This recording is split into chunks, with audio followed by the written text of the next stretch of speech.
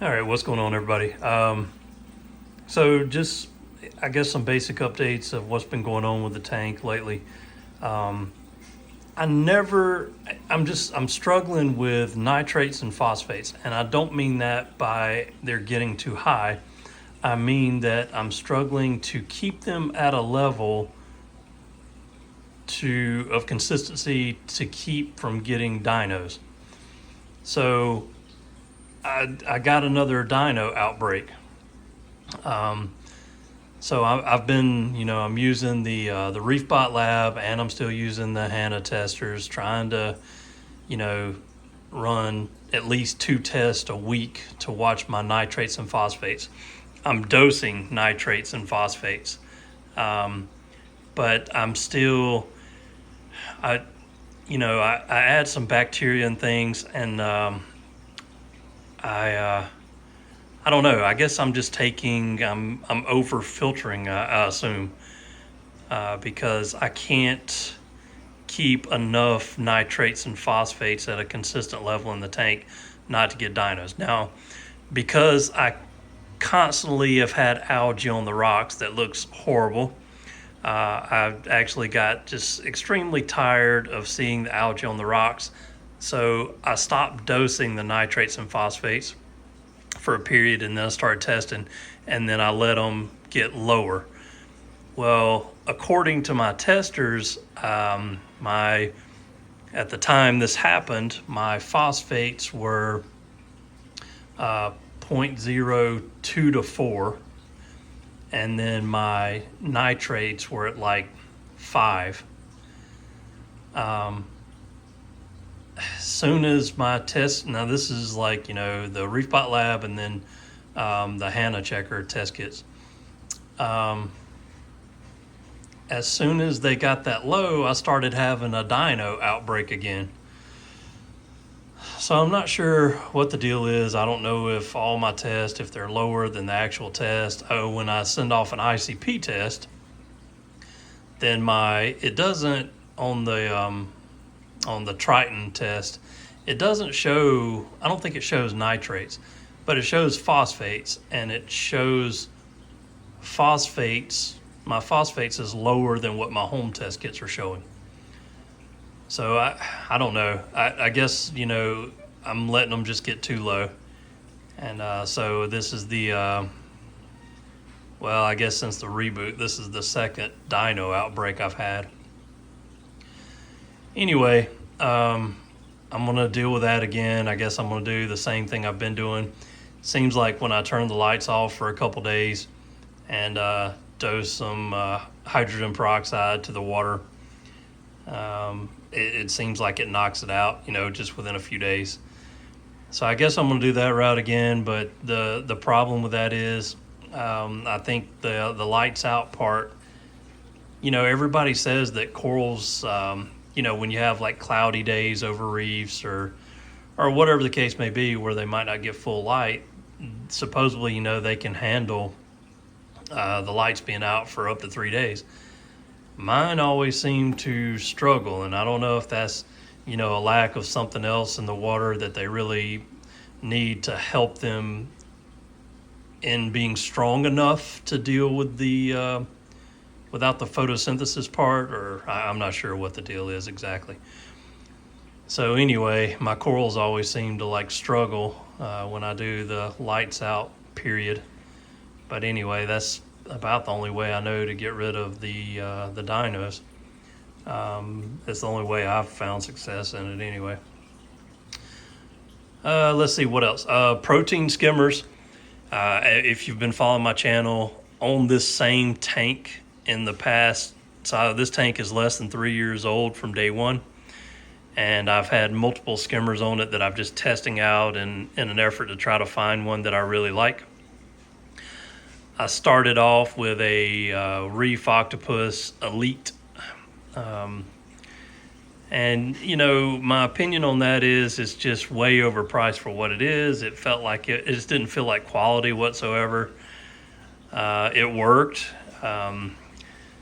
Just didn't, I kind of just wanted to look at other stuff. So then I was like, well, let's go top tier, and then I got the the Royal exclusive.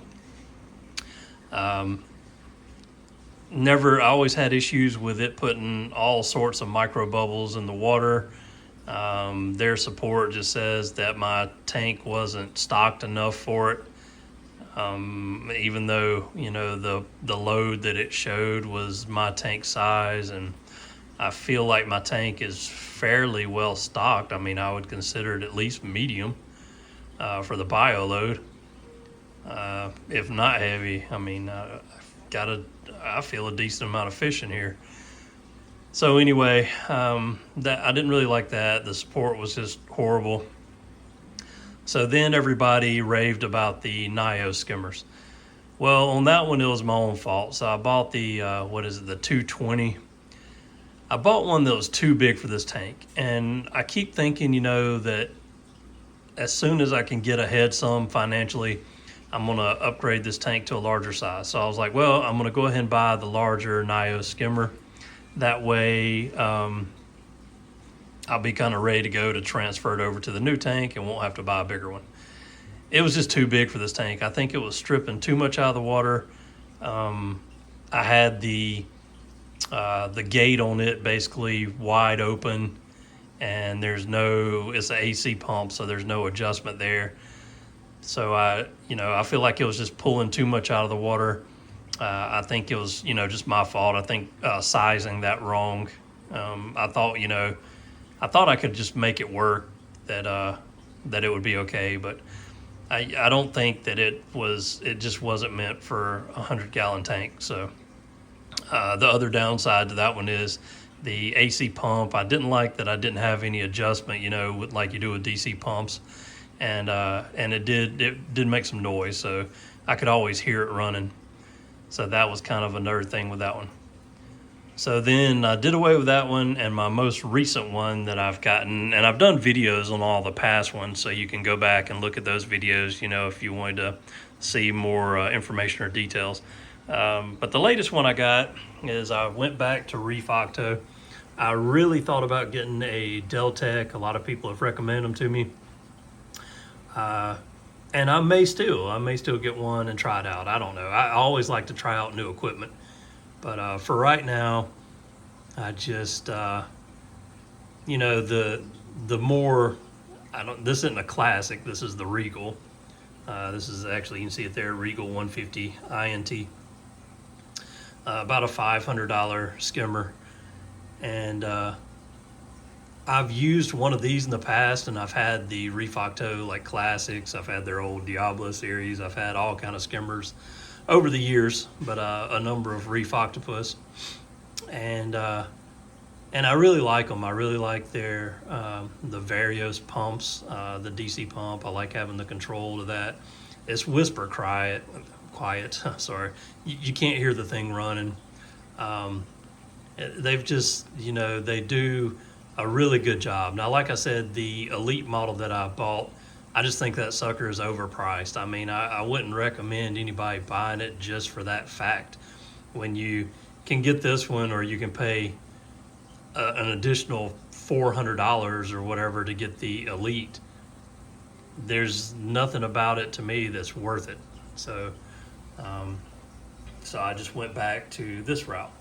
So I have it set up. The gate valve on it is super easy to turn and adjust.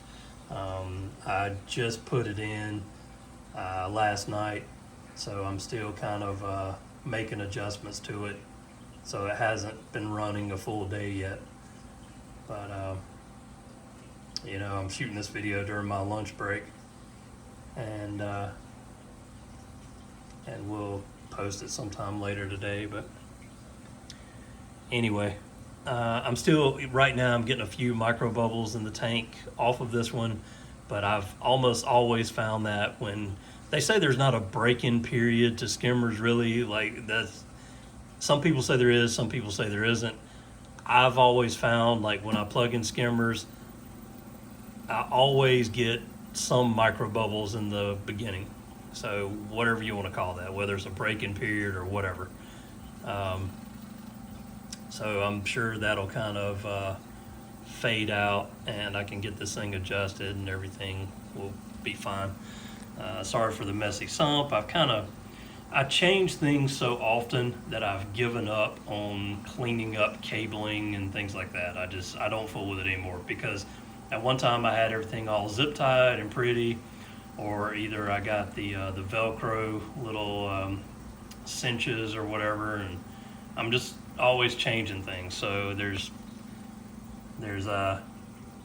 really no point right now to me trying to make everything clean and pretty in the sump area, because nobody sees it but me. So, and well, everybody watching my videos, but my wife and friends and family and all that visit here, nobody ever cares what's in the under the cabinet of the tank.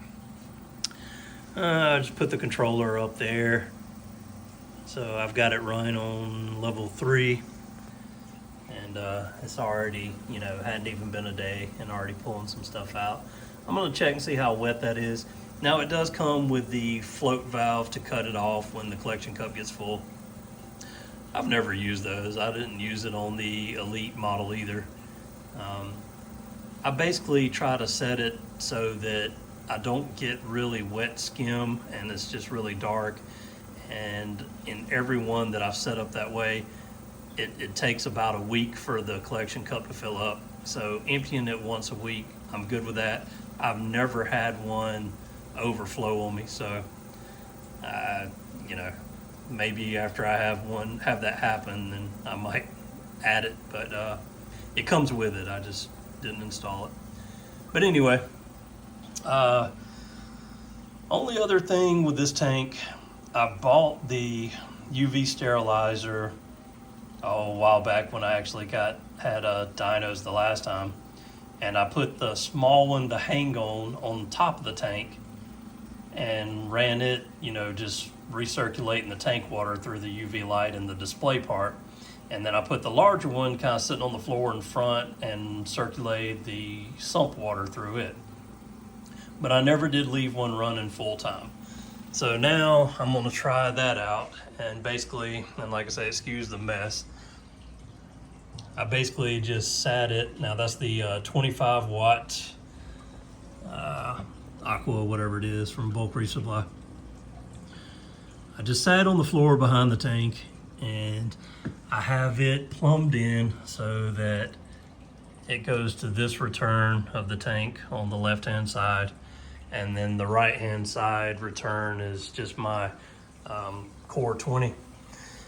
And then I turn the core 20 down, and they recommend for this UV sterilizer about 400 gallons per hour.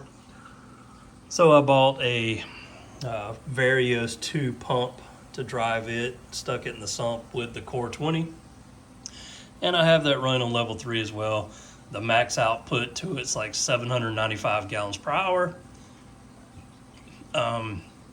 So I'm basically guesstimating that I'm turning it halfway down, and hoping that about half speed with the head pressure, and by the time it goes through the UV sterilizer and gets up to the top, I'm guessing or guesstimating that's going to be about 400 gallons per hour. But anyway, I just put that in last night as well, so I'm hoping that's going to help with the dinos and all that mess. So we'll see. I know it's probably best to, I might have to get out the small hang-on UV sterilizer again and set it up circulating the display tank water up top. I don't know. We'll see. I'm gonna see what it starts doing. Anyway, that's it for this update. So a few changes there. Testing some new stuff out. Let me know if you have any questions on anything.